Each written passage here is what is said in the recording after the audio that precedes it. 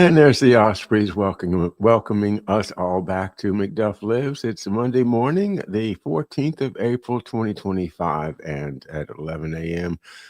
It's my great pleasure to read from Who We Are by Anton Chaitkin. I read the first chapter of it, or a lot of it. I didn't quite finish. We'll finish it up this morning. Chapter 1 of Who We Are. And Lincoln enters the national or the world's contest.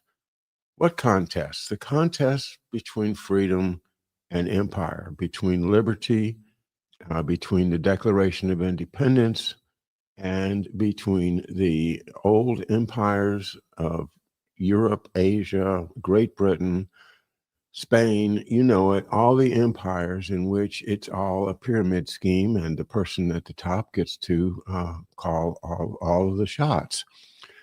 Well, we tried a different experiment here in the United States, and it seems to be on its last legs sometimes. But what we really need is a reinvigoration of our spirit, a reinvigoration of our understanding of who we are, who we really are, what our forefathers fought for, what our founding fathers planned for, and the competition that's always been there between the empire and freedom. And that is where Anton Chaitkin, or Tony Chaitkin, as I call him, with his kind permission, has allowed me to read from his book. I read, I think, 10 parts of Who We Are, Volume 1, which brings us up until about 1830 or so. Now we're entering into the middle of the 19th century, and the story centers around, of course, Tony's hero, Abraham Lincoln.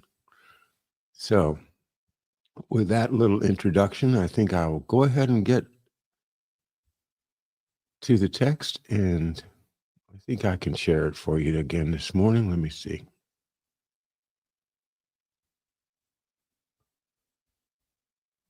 Again, I thank Tony Chaitkin for sending me a pre-publication copy, but it is now published, and you can get your copy on Amazon.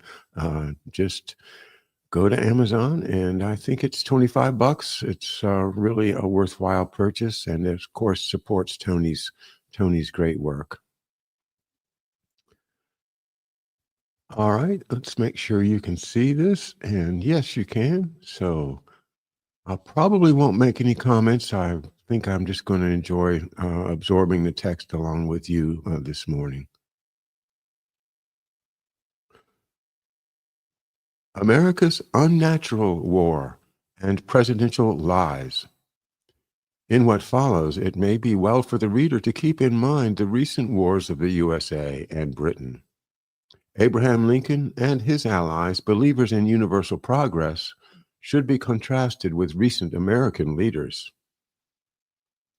2 years before his 1844 election to Congress, Lincoln married Mary Todd.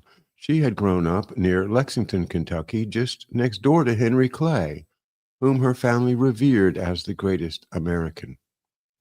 Now, a strongly political woman, she saw Lincoln's brilliance and would strongly encourage his ambition to rise to the presidency.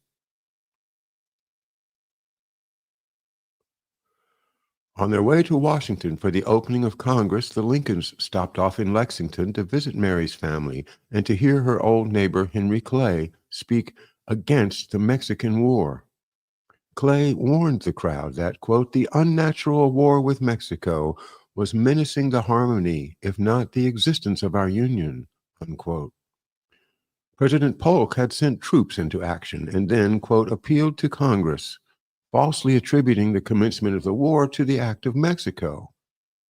By contrast, Clay charged America's previous war, 1812 to 1815, had been waged, quote, against the intolerable oppressive acts of British power on the ocean.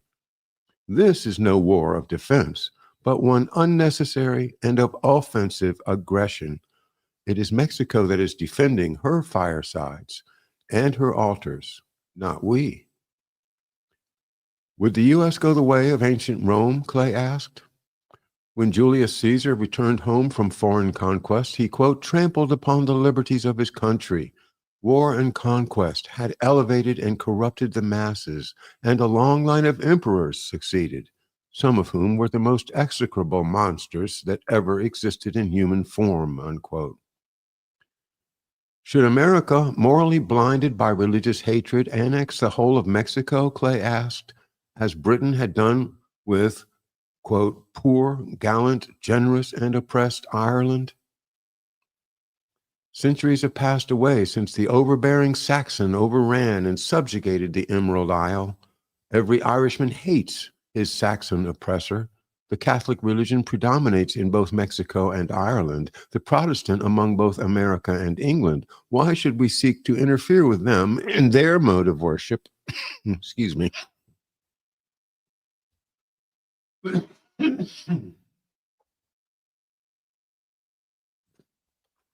Beg your pardon.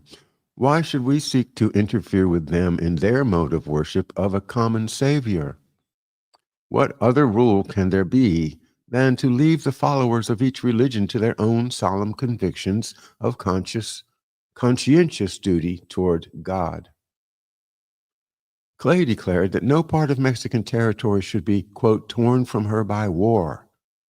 California, with its San Francisco Bay, might be advantageous to the U.S., but it should only be acquired, quote, by fair purchase with a just equivalent.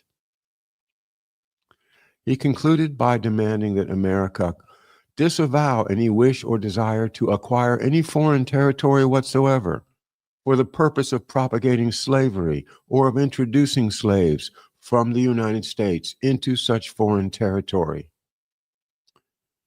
Abraham Lincoln took his seat in Congress 23 days after the Clay speech. All the battles of the Mexican War had been fought, but American troops were still in Mexico, and no peace treaty had been concluded. On December 22, 1847, Lincoln introduced into the House of Representatives a set of 8 resolutions proving that President James Polk had lied to Congress to justify aggression in the Mexican War. The proposed motion begins with Polk's repeated statements to Congress claiming that Mexico had invaded U.S. territory and shed the blood of U.S. citizens on U.S. soil. The president is then requested to inform the House of Representatives, quote, first, whether the spot on which the blood of our citizens was shed was or was not within the territory of Spain, at least after the Adams-Onis Treaty of 1819 until the Mexican Revolution.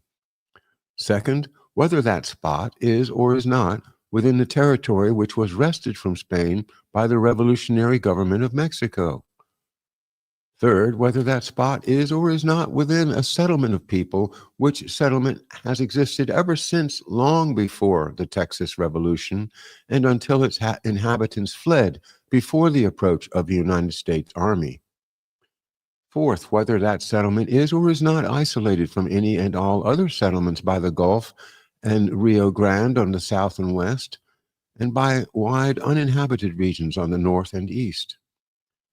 Fifth, whether the people of that settlement or a majority of them or any of them have ever submitted themselves to the government or laws of Texas or of the United States by consent or by compulsion, either by accepting office or voting at elections or paying tax or serving on juries or having process served upon them or in any other way. Six, whether the people of that settlement did or did not flee from the approach of the United States Army, leaving unprotected their homes and their growing crops before the blood was shed, and whether the first blood so shed was or was not shed within the enclosure of one of the people who had thus fled from it. Seventh, whether our citizens whose blood was shed were or were not at that time armed officers and soldiers sent into that settlement by the military order of the President through the Secretary of War. Eighth, whether the military force of the United States was or was not so sent into that settlement after General Taylor had more than once intimated to the War Department that, in his opinion, no such movement was necessary to the defense or protection of Texas. These spot resolutions from Congressman Lincoln were meant to embarrass the U.S. president whose actions disgraced America. They went against public opinion, which widely supported the war. Lincoln also voted with other Whigs to declare the war unconstitutional. Lincoln was denounced as unpatriotic, a charge that would dog him for years to come. But the slave owners who schemed against Mexico would at length turn their guns against the United States, and Lincoln, who had the spine to expose the national crime, would be the nation's redeemer. Though opponents of the spread of slavery did have sufficient strength to prevent the lands acquired in the war, New Mexico, Arizona, and California, from becoming slave states, the attack on Mexico emboldened pro-slavery forces to increase their political bullying and to repudiate previous compromises with the free states. Ulysses S. Grant, in his memoirs, called the Mexican War, quote, one of the most unjust ever waged by a stronger against a weaker nation.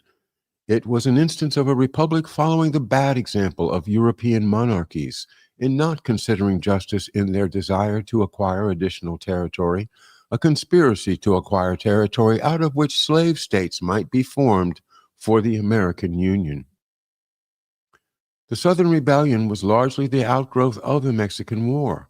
Nations, like individuals, are punished for their transgressions. We got our punishment in the most sanguinary and expensive war of modern times. Ulysses S. Grant. Pardon me.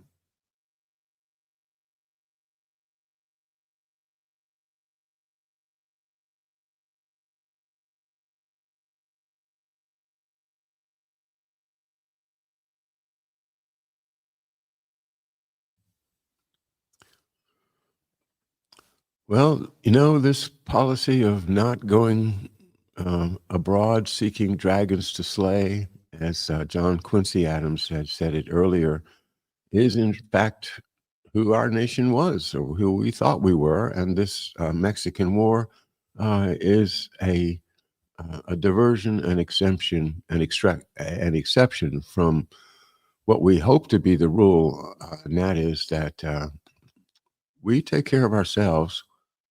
But why should we go out and fight wars, across the seas as we've done in the 20th century and now? Well, it's not who we are.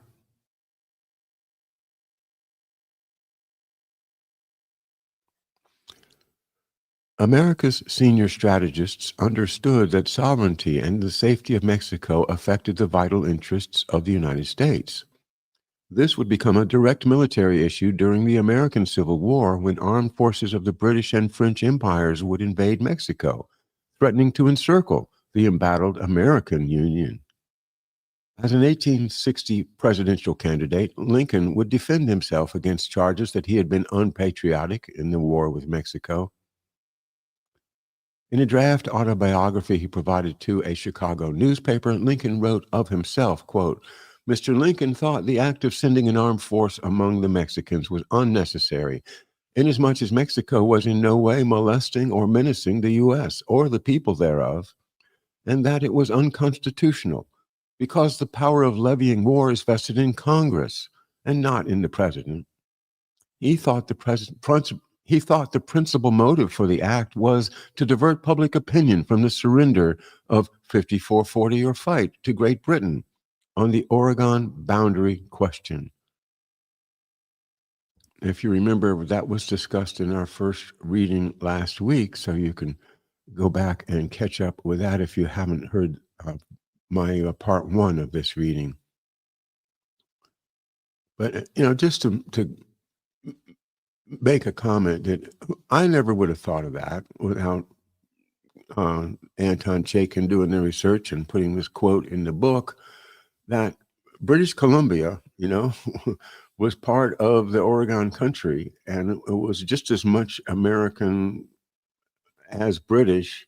There was no division between British Canada and United States in all of that.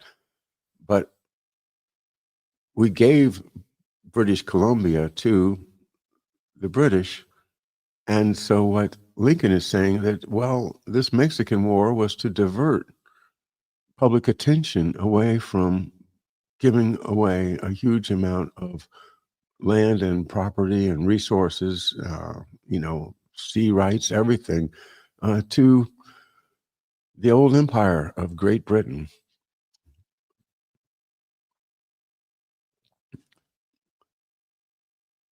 Slavery eclipses its underlying economics. By the end of the Mexican War in 1848, Abraham Lincoln and his co-thinkers were confronted with a fundamental new reality in American politics. They had to put to the side, for the time being, economic questions of vital concern to the nation's long-term future, so as to gather a broad political force to deal with the menace of the increasingly aggressive slave power. This political shift was evident in the Whig strategy for the 1848 presidential election. While still serving his one congressional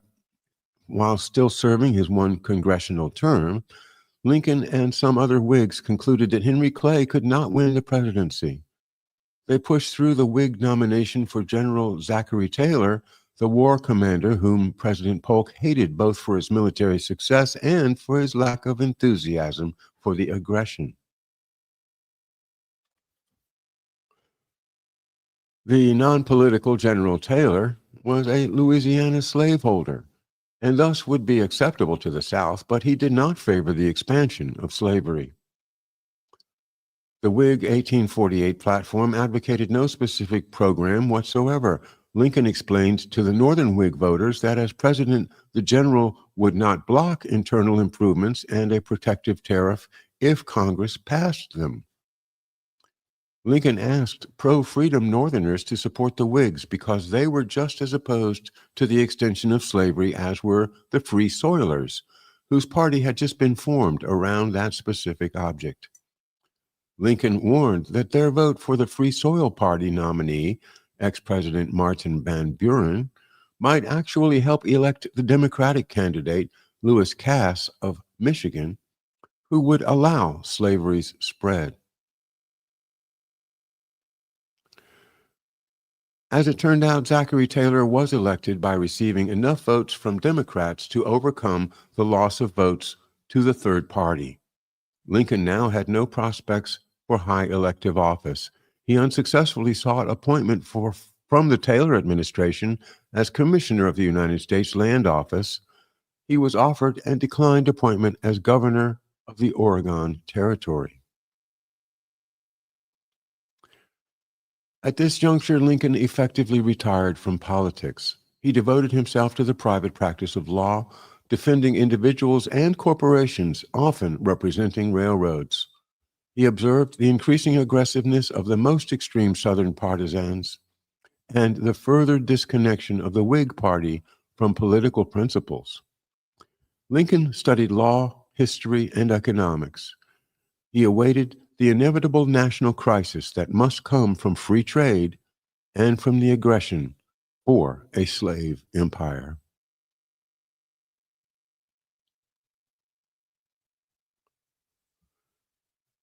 I'll just scroll through these pictures here. We've hit a break in the text where a number of illustrations are inserted. So,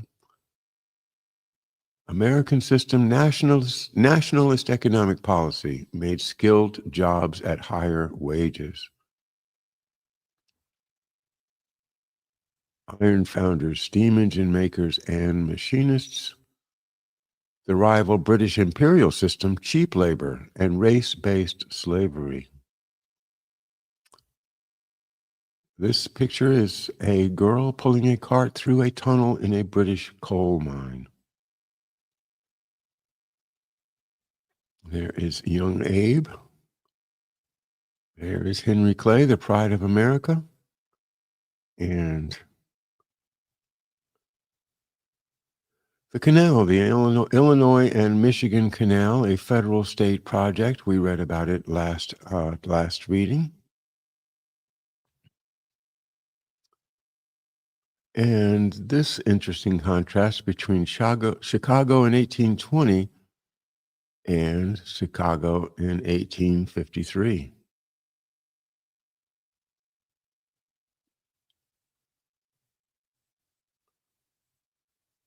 And there is the enslaved plantation South.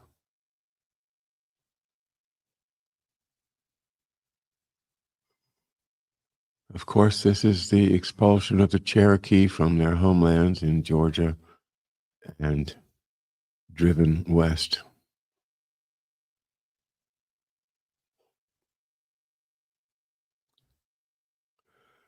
Chapter 2, The Slave Empire and the Strategy to Defeat It.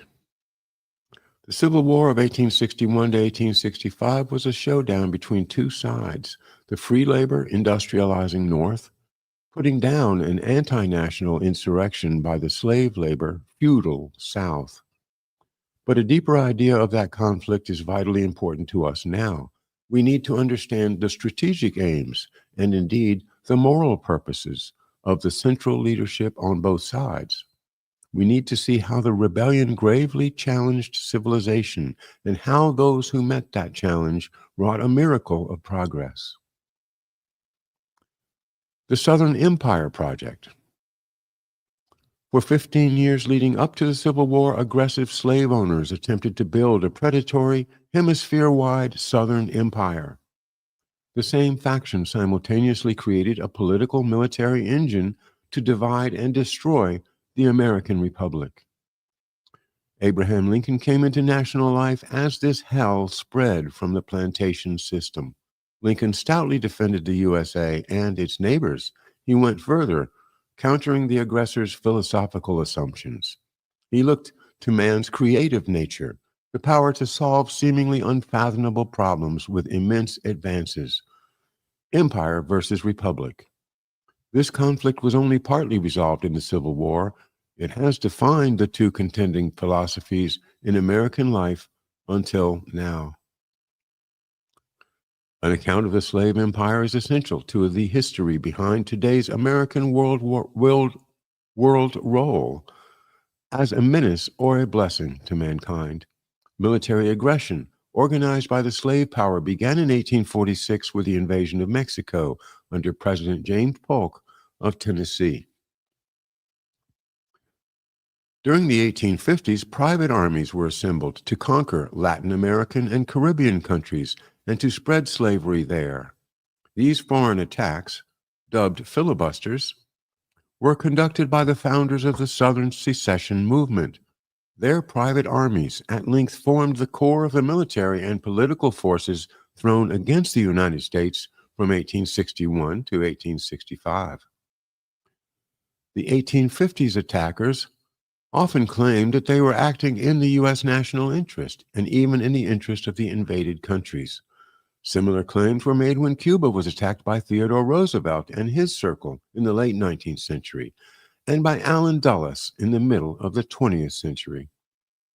One cannot fully appreciate the good neighbor policy of President Franklin Roosevelt without knowing about how FDR's predecessor, Abraham Lincoln, responded to the Southern Empire men. And it is impossible to grasp the mindset of the Dulles brothers and their imperial circle without reference to the hyper-criminal aggression of their plantation predecessors who made war on Latin America. Southern filibusters echoed the crimes of the European empires of that time. Many millions of Asians, Africans, and Irish died from British, French, and Dutch military conquests and from resulting famine and disease. Pardon me.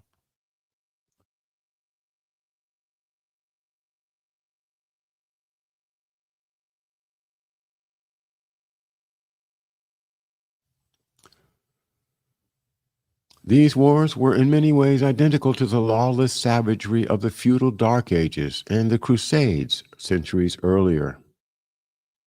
The filibusters aimed to loot the targeted tropical countries, blocking them from the possibility of progress, condemning them to pauperism, ignorance, depopulation, barbarism, and universal war, quote unquote, precisely as Henry Carey in 1851 described the imperial system. In these slave owners' aggressions, we observe the imperial moral outlook, the racial themes, and the piratical economic philosophy that would evolve into fascism in the early 20th century. We may perceive that this brutality reappears in the Anglo-Americans' international behavior of the present era, notwithstanding their self-satisfied removal of any number of remaining monuments to slavery. For this volume, we have compiled a unique, comprehensive account of the attempt to create a Southern slave empire. That fully detailed story is too large in itself to fit into the present narrative. It has been set apart into an appendix, which is available online. And in fact, Tony Chaitkin published that on his Substack today, that appendix about the Southern slave empire in detail. We urge readers to study that appendix in conjunction with this chapter's account of Lincoln's expressed philosophy and his actions during and in reaction to this aggression that had aimed to destroy his nation. The main elements of the Southern Empire enterprise will be outlined here as the context for the formation of Lincoln's mature mind and his rise to the presidency. President Zachary Taylor, whose candidacy Lincoln had helped sponsor, engaged in a bitter struggle against the treasonous empire plotters, led by John Quitman of Mississippi, Cushing, and some New York transatlantic agents.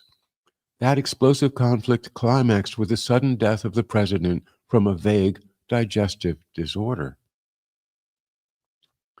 A clique of generals from the Mexican War arranged among themselves the selection of the next president, Franklin Pierce, the better to conquer Cuba and forge the expanded slave empire. The Pierce cabinet was formed from this clique. The Southern Empire forces became the bulk of the Confederate Army. The British would create the Confederate Navy. The filibusters against Central America and Cuba, led by Quitman and William Walker, created the stinking legacy of looting and bullying continued by Teddy Roosevelt and later Anglo-Americans.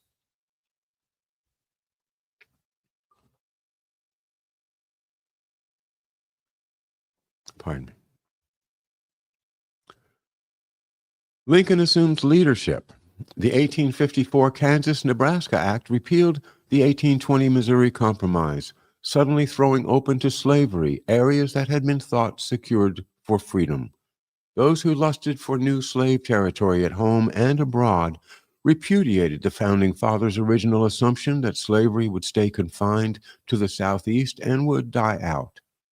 Slave power spokesmen now denounced as a fraud America's founding concept that, quote, all men are created equal, unquote. They thus denied the meaning and mission of the American Revolution. They aimed to build a slave realm powerful enough to crush the Republic and overturn the Revolution.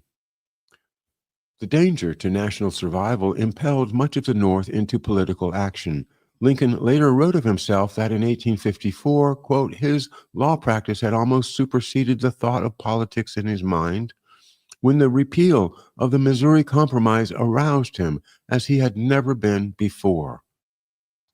Appearing before the public again, Lincoln's first speeches were in support of the re-election of a Whig congressman.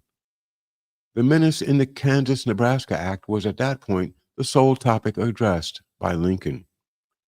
Lincoln biographer Ida Tarbell described his political reemergence, quote, his earnestness surprised his friends, and when Senator Stephen Douglas of Illinois, the author of the repeal of the Missouri Compromise, was announced to speak in Springfield in October of 1854, they called on Lincoln to meet him.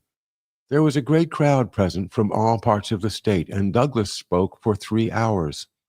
When he closed it, it was announced that Lincoln would answer him the next day.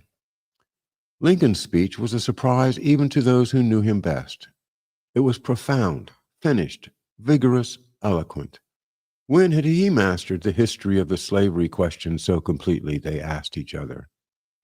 He aroused the crowd to such enthusiasm that Senator Douglas felt obliged to reply to him the next day. These speeches of October 3rd, 4th, and 5th, 1854, form really the first of the series of Lincoln-Douglas debates. They proved conclusively to the anti-Nebraska politicians in Illinois that Lincoln was to be their leader in the fight they had begun against the extension of slavery. Lincoln's speech of October 4th was not transcribed, but speaking on the same theme soon afterward, he reverted forcefully to America's founding ideals and its place in world history. So-called popular sovereignty, he said, was in truth, quote, covert real zeal for the spread of slavery, which I cannot but hate. I hate it because of the monstrous injustice of slavery itself. I hate it because it deprives our Republican example of its just influence in the world, enables the enemies of free institutions, with plausibility, to taunt us as hypocrites, causes the real friends of freedom to doubt our sincerity, and especially because it forces so many really good men amongst ourselves into an open war with the very fundamental principles of civil liberty, criticizing the Declaration of Independence and insisting that there is no right principle of action but self-interest. The doctrine of self-government is right, absolutely and internally right, and eternally right, but it has no just application as here attempted, or perhaps I should rather say that whether it has such just application depends upon whether a Negro is not or is a man. If he is not a man, why, in that case, he who is a man may, as a matter of self-government, do just as he pleases with him. But if the Negro is a man, is it not to that extent a total destruction of self-government to say that he too shall not govern himself? When the white man governs himself, that is self-government. But when he governs himself and also governs another man, that is more than self-government. That is despotism. If the Negro is a man, why then my ancient faith teaches me that, quote, all men are created equal, and that there can be no moral right in connection with one man's making a slave of another? No man is good enough to govern another man without that other's consent. American republicanism.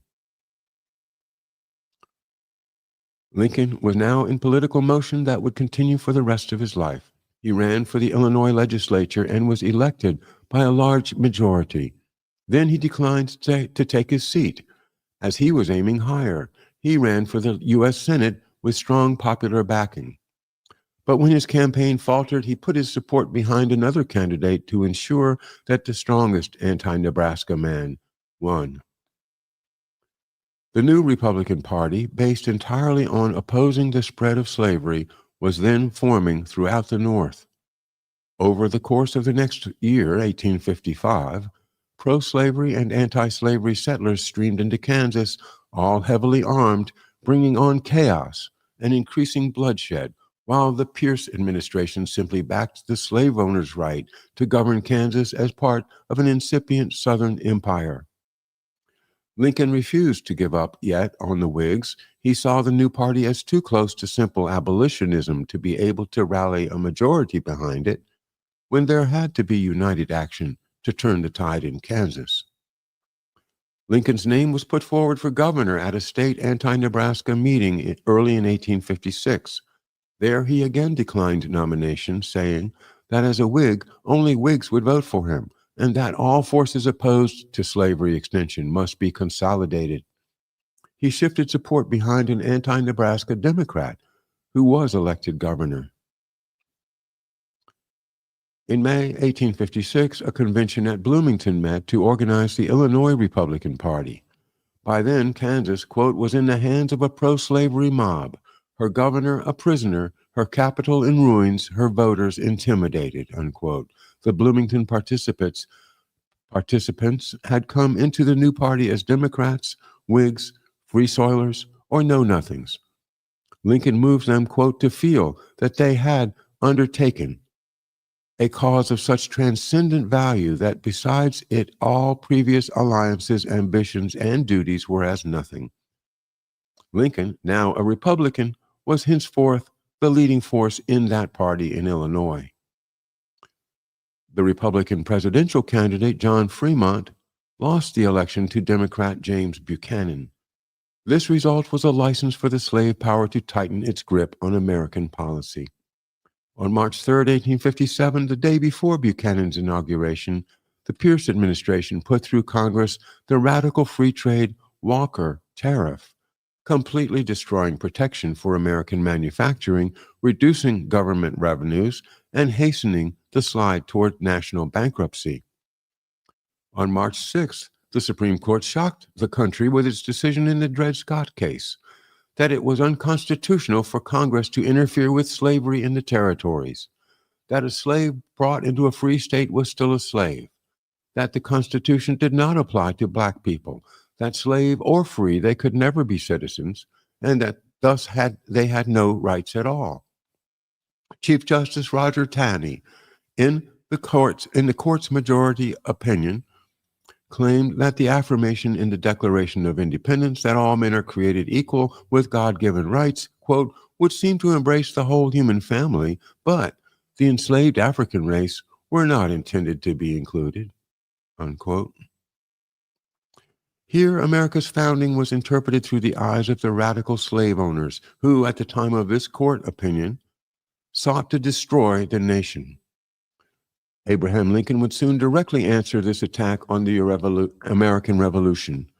In August 1857, a financial panic began in New York and spread worldwide. Banks crashed, manufacturers cut wages or closed entirely.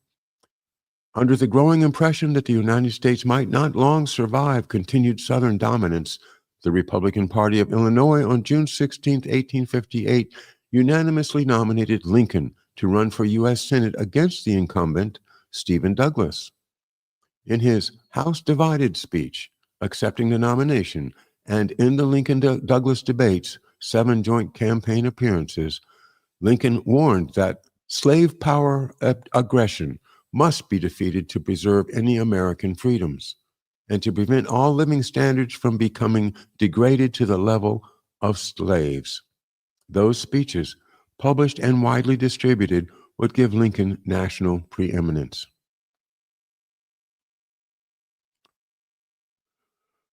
Defending man's high destiny. 2 Lincoln speeches. To meet the threat to the United States, Lincoln took responsibility for defining the deepest principles underlying America's founding. Facing barbarism, he set out to explain man's special place in the created universe and how human beings had risen to their greatest accomplishments through the exercise of creativity. In 2 of his speeches given in 1858 and 1859, Lincoln defined the philosophy of government that would defend and enhance that precious gift of creativity. Only a leadership based on that philosophy could rescue the country and make it safe. These unique speeches are less well known than those directly connected to the Senate campaign against Stephen Douglas, previously cited, but we have selected these 2 orations for presentation in this narrative because they provide a preview of the thinking behind the sweeping measures for progress that Lincoln and his allies would soon afterward gain the power to implement. This kind of thinking, so far removed from the ordinary spectrum of public discourse, is always required in a crisis of deep divisions and national failure, such as in our contemporary USA. The first of these 2 speeches was Lincoln's Lecture on Discoveries and Inventions. It was delivered in April 1858, 2 months before his nomination to run against Douglas for the U.S. Senate. It was subsequently repeated several times in 1859 and evidently again in 1860. The second was his address before the Wisconsin State Agricultural Society, given in September 1859 when he was contemplating running for president in the election the following year. Parentheses, it should be kept in mind that Lincoln's speeches as preserved for us may not be the exact words delivered to his live audiences. His own handwritten drafts might be expanded upon when presented, and newspaper reports were often paraphrases rather than exact transcriptions.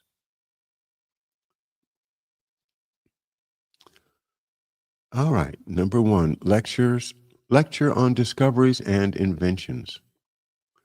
This was said to be Lincoln's own favorite of his speeches. He opens by distinguishing man from all other species, Man uniquely investigates the natural world and devises the means to improve his work and his life.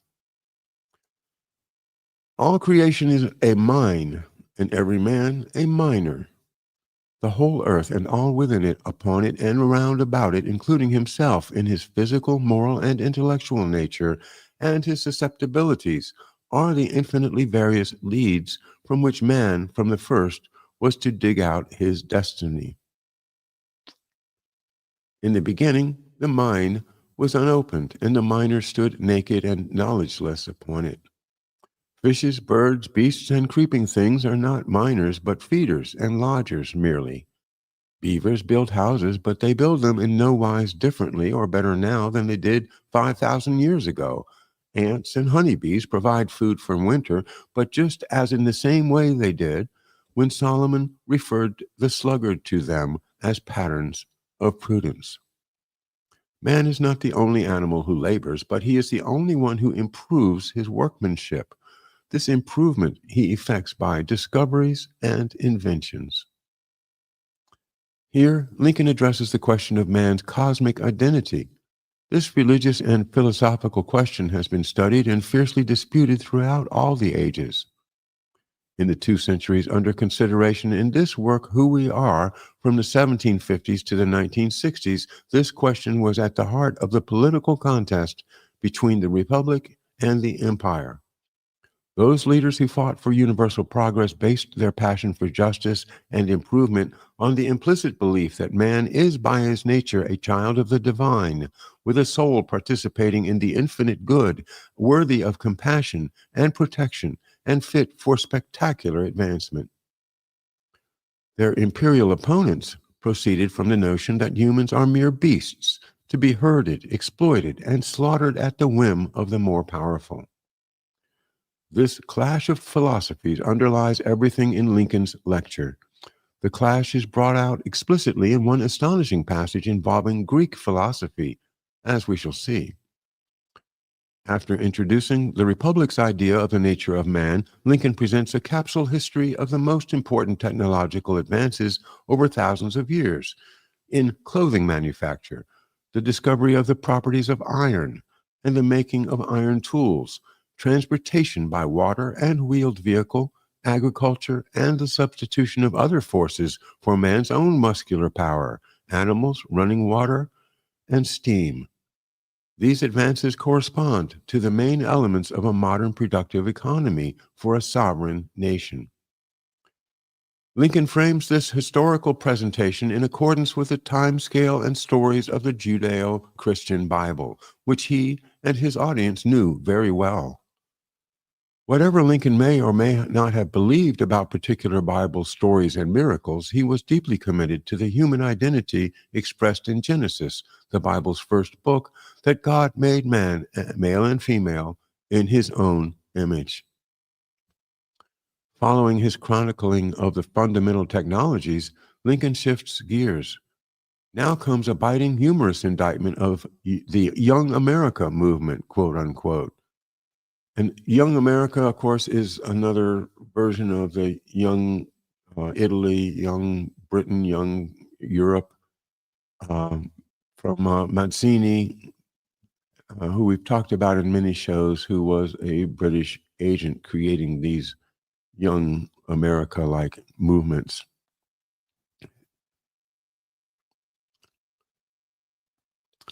So, now comes a biting, humorous indictment of the Young America movement, the propagandists for the slave empire project who falsely claimed to speak for America's national aspirations. In Lincoln's view, they consume the productions of laboring multitudes, especially luxury imports. They benefit from the creativity of countless generations, but they, as aggressors, do not rightfully share in America's real honor for advancing mankind. Quote, "We have all heard of Young America. He is the most current youth of the age. Some think him conceited and arrogant, but has he not reason to entertain a rather extensive opinion of himself? Is he not the inventor and owner of the present and sole hope for the future? Men and things everywhere are ministering unto him. Lincoln now breezes through a list of goods supplied to the self-important young American, including a mass of imports, clothing, furs, tropical coffee, and fruits, salt, fish, tea, spices, whale oil, a Brazilian diamond ring, and a cigar from Havana. Quote, thousands of hands are engaged in producing fresh supplies and other thousands in bringing them to him. The iron horse locomotive is panting and impatient to carry him everywhere in no time, and the lightning telegraph stands ready harnessed to take and bring his tidings in a trifle less than no time. The two sentences that come next in the text that survives to us might have needed unpacking. Quote, he owns a large part of the world by right of possessing it, and all the rest by right of wanting it, and intending to have it. As Plato had for the immortality of the soul, so young America has a pleasing hope, a fond desire, a longing after territory. To express the meaning of what is in this text, Lincoln might have said something like the following to his audience.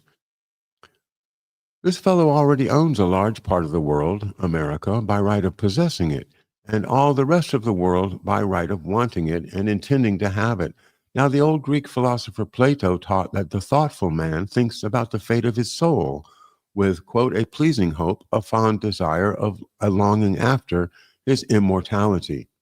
Well, our young America man hopes for, fondly desires, and longs for something, but it's territory. Lincoln continues skewering the fake patriot young American, holding that movement's well-known phrases up about liberty up to the teasing light of truth. Perhaps something with the same spirit could be said today about those who wage bloody wars to change regimes in the name of human rights.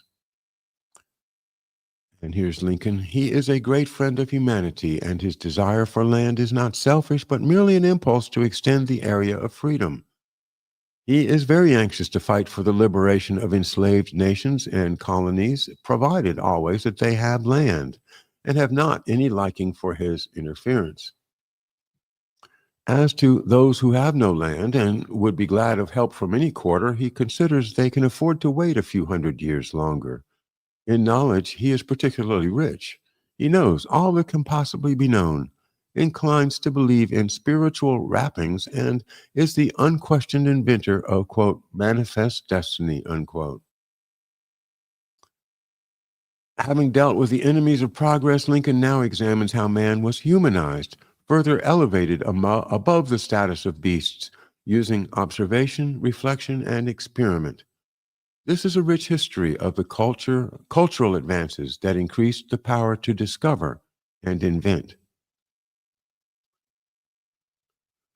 Speech. The inclination to exchange thoughts with one another is probably an original impulse of our nature.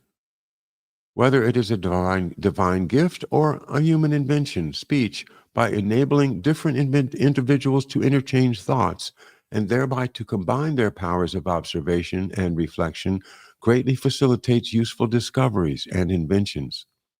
What one observes and would of himself infer nothing from, he tells to another, and that other at once sees a valuable hint in it. A result is thus reached which neither alone would have arrived at. Writing. But speech alone, valuable as it has ever been and is, has not advanced the condition of the world much. This is abundantly evident when we look at the degraded condition of all those tribes of human creatures who have no considerable additional means of communicating thoughts. Writing, the art of communicating thoughts to the mind through the eye, is the great invention of the world, great in the astonishing range of analysis and combination which necessarily underlies the most crude and general conception of it. Great, very great in enabling us to converse with the dead, the absent, and the unborn at all distances of time and space, and greatest help to all other inventions. Lincoln points to the bold and ingenious conception of representing word sounds by marks, and further, the thought of dividing sounds into parts and making a mark not to represent a whole sound, but only a part of one, and then of combining these marks, not very many in number, upon the principles of permutation, i.e., an alphabet, so as to represent any and all words. Take writing from us and the Bible, all history, all science, all government, all commerce, and nearly all social intercourse. Go with it. Printing. The invention of the printing press came in 1436. For the 3,000 years during which printing remained undiscovered after writing was in use, it was only a small portion of the people who could write or read writing, and consequently, the field of invention, though much extended, still continued very limited. Printing gave 10,000 copies of any written matter quite as cheaply as they were given before. 1,000 minds were brought into the field where there was but one before. This was a great gain, and history shows a great change corresponding to it in point of time. I will venture to consider it the true termination of that period called the Dark Ages. Discoveries, inventions, and improvements followed rapidly and have been increasing their rapidity ever since. America and the people's right to progress. In the final section of the lecture's text that is available to us, Lincoln places the United States of America in world history as the great instrument for the advancement of civilization and the arts. This has come about largely through the common people's new consciousness that improvement of their condition is the right of all human beings. Quote, even with the invention of printing, the capacity to read could not be multiplied as fast as the means of reading. Teachers were not very numerous or very competent. The great mass of men were utterly unconscious that their conditions or their minds were capable of improvement. They not only looked upon the educated few as superior beings, but they supposed themselves to be naturally incapable of rising to equality. To emancipate the mind from this false and underestimate of itself is the great task which printing came into the world to perform. It is difficult for us now and here to conceive how strong this slavery of the mind was, and how long it did of necessity take to break its shackles, and to get a habit of freedom of thought established. It is, in this connection, a curious fact that a new country is most favorable, almost necessary, to the emancipation of thought and the consequent advancement of civilization and the arts. The human family originated, as is thought, somewhere in Asia and have worked their way principally westward. Just now in civilization, as the arts, the people of Asia are entirely behind those of Europe, those of the east of Europe behind those of the west of it, while we here in America think we discover and invent and improve faster than any of them. They may think this is arrogance, but they cannot deny that Russia has called on us to show her how to build steamboats and railroads, while in the older parts of Asia they scarcely know that such things exist. In anciently inhabited countries, the dust of ages seems to settle upon and smother the intellects and energies of man. It is in this view that I have mentioned the discovery of America as an event greatly favoring and facilitating useful discoveries and inventions.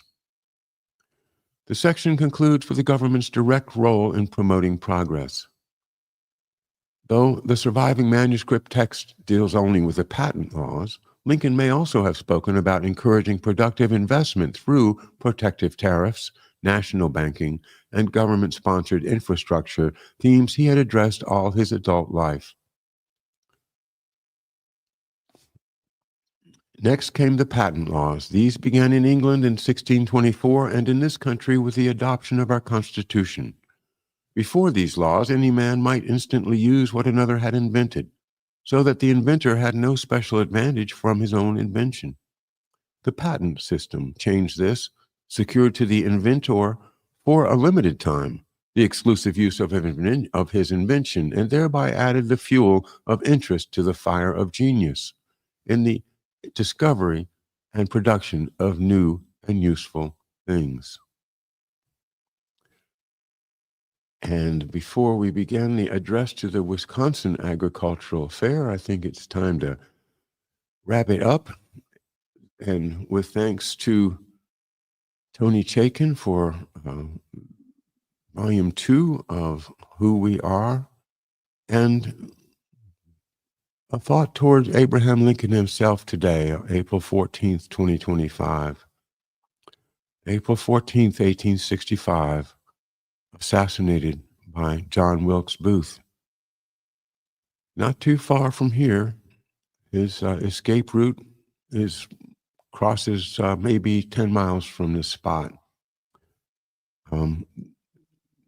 Judge or Justice Roger Taney lives right across the Patuxent River from here, or lived. His home is still standing. It's private. You can't go and see it, but just to think of all of these things, the Surratt House up in Prince George's County, the Dr. Mudd House here in Charles County, which you can go and tour. And of course, everything around here that is related to the history of the Revolution, the history of slavery, the history of the Civil War. And it's a rich area here, down here in Southern Maryland. We're about 45, 50 miles south of D.C. And so this is right the spot where John Wilkes Booth crossed the Potomac River over into Virginia and eventually met his demise. Thanks for being with me. I will see you all. I will not be on tomorrow. I've got a doctor appointment that unfortunately conflicts with our usually scheduled 11 a.m. show with Harley Slanger. So Harley and I will be getting back together soon as we can reschedule that show. Have a great afternoon. Thanks again, and take care.